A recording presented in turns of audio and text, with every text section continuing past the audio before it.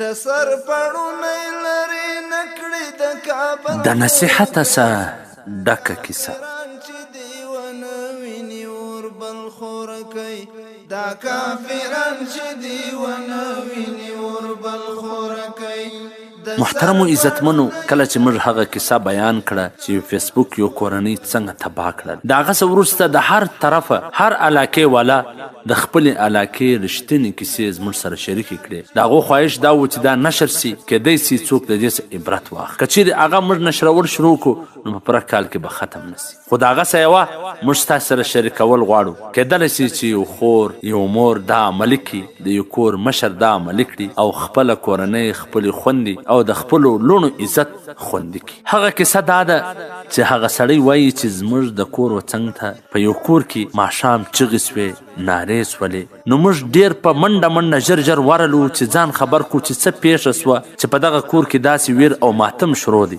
نو کله چې موږ ورلو خبر سو چې په دغه کور کې ورونو خپله خور په چاقو وژلې ده. خو دا چې خور یې ولې وژلې ده، ولې یې مړه کړې ده، په دې کیسه باندې نه موږ خبر وو، نه چا موږ ته کوله، نه دغه کورنۍ په دې هکله څه ویل. نو کله چې سبا سو دغه نجلۍ مې و خاورو ته وسپارله. د یوې هفتې پرې له دا معلومه نه وه چې دغه نجلۍ ولې ورونو مړه کړه. د یوې هفتې څه وروسته دا معلومه سوله چې دغه نجلۍ د وژل کېدلو سبب دا وګرځېدی چې د یو خپلوانو کره واده ته تللې وله. نو په هغه واده کې د خوشحالۍ مراسم وله. په دغه ودو کې دغه زنانې د خپل رواج مطابق اتڼونه کوي. دریاوې وایي نو هغه خپلوانو دغه نجلۍ هم راولاړه کړه د اتڼ دپاره چې دا هم اتڼ وکړي، ګډا وکړي، رقص وکړي. نو په دغه دوران کې یو بل نجلۍ د دغه اتڼ د دغه رقص ویډیو جوړه کړې. هغه ویډیو یا دغه نجلۍ ته بل چا موبایل ورکړی و، یا به د یو ورور یا به د یو چا و، خو هغه ویډیو فیسبوک ته پورته سو. کله چې فیسبوک ته ورسېدله نو هغه ویډیو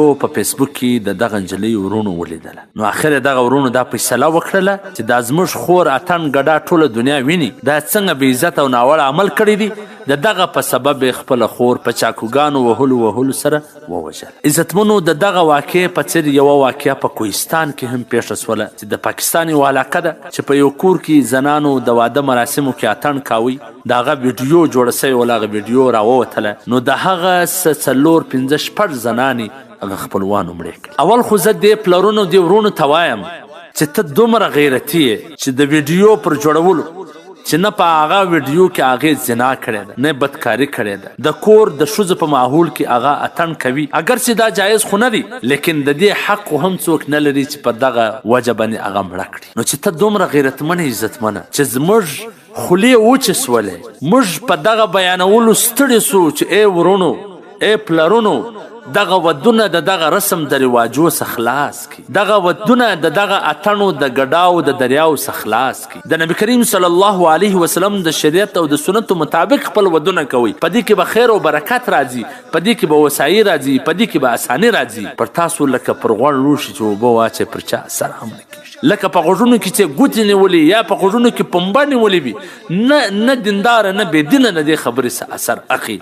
بس هغه ذاته خبره دا ده چې د غم او د شادۍ فرق ونه کوه. نو په شادۍ کې خو بیا داسې واقعاوې ضرور پیښیږي. بیا خاص کر نن سبا چې د میډیا دور دی، د غټ موبایلونو دور دی، زه به دې خوندو ته وایم و دې خپلوانو قریبانو ته وایم چې هغه د پخوا سوچ تاسې ونه کوي چې کوم ستاسې اناګانې یا مندې ولې چې هغو به په کمره یا په خونه کې داسې اتڼ وکړي، خوشحالي به جوړه کړه، بس پر هغه ځای به ختم سوله. اوس د میډیا دور دی، د موبایلونو دور دی، ته به خبره نه یې ستا د اتڼ د ګډا د رقص ویډیو به جوړه سوي وي، ته به خبره نه ستا ویډیو ستا اتڼ به پر فیسبوک باندې دنیا ګوري. نو زه دې ټولو ته وایم اول خو د شریعت د دین په خاطر دغه شان موږ پرېږدو، لیکن د خپل عزت په خاطر چې د هرې زنانې سره نن سبا ویډیو کیمرې او موبایلونه ورسره دي.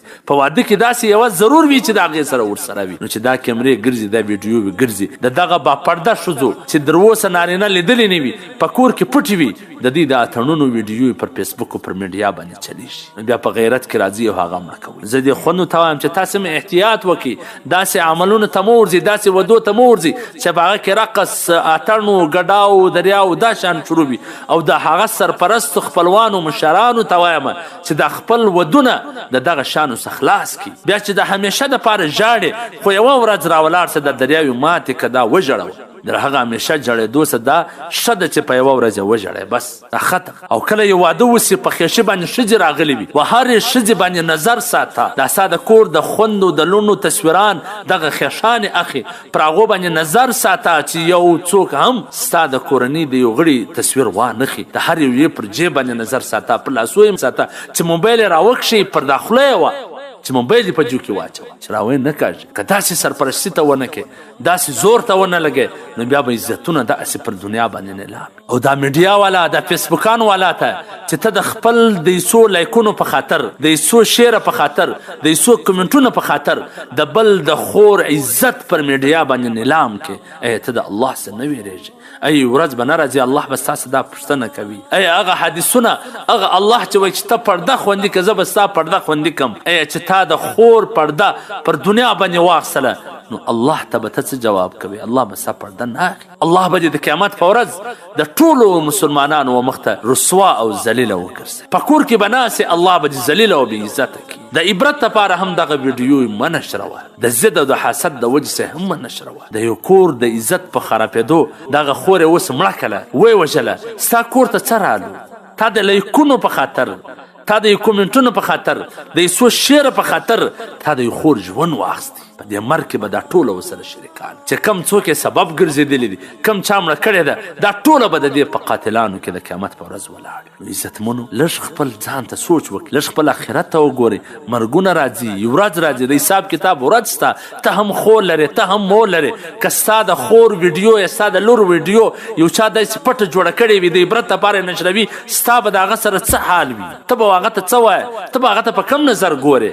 لیکن دلته د بل د خوندو ویډیوګانې ته د خپل پیج د مختګ یا د آی ډي د مختګ دپاره د خوند دپاره نشروي. افسوس، صد افسوس. الله به دې داسې راټینګ کړي، داسې به دې راونسي چې بیا به ژاړې لاس له به دې څه ناراضي. والسلام. د مولوي عبدالرحمن سمیم صاحب د نشراتو څخه منتخبي رښتینی قصې.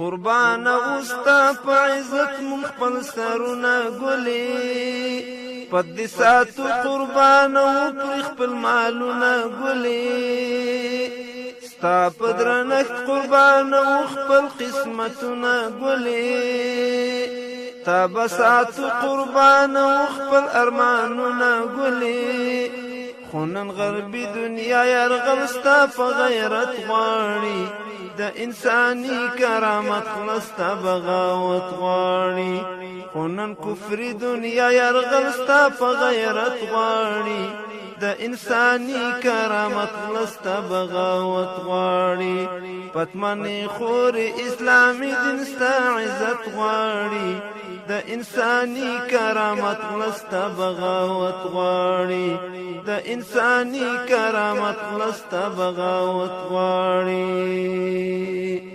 په غرب کې سپکای میدان کې د هوس ګډیږي یو ګډیا نه مرعبای ولین پوهیږي ستړي ورکای وقار نه لري نه شرمېږي درنه سنگینا د عزت په کور کې نه اوسېږي د آزادۍ په نوم ځوانۍ کې ستا صورت غواړي د انساني کرامت خلستا بغاوت غواړي پتمنې خور اسلامي دین ستا عزت غواړي د انساني کرامت خلستا بغاوت غواړي د انساني کرامت خلستا بغاوت غواړي هم منم چې تا دودونه او رواج زوروي دا هم منم چې تا دودونه او رواج زوروي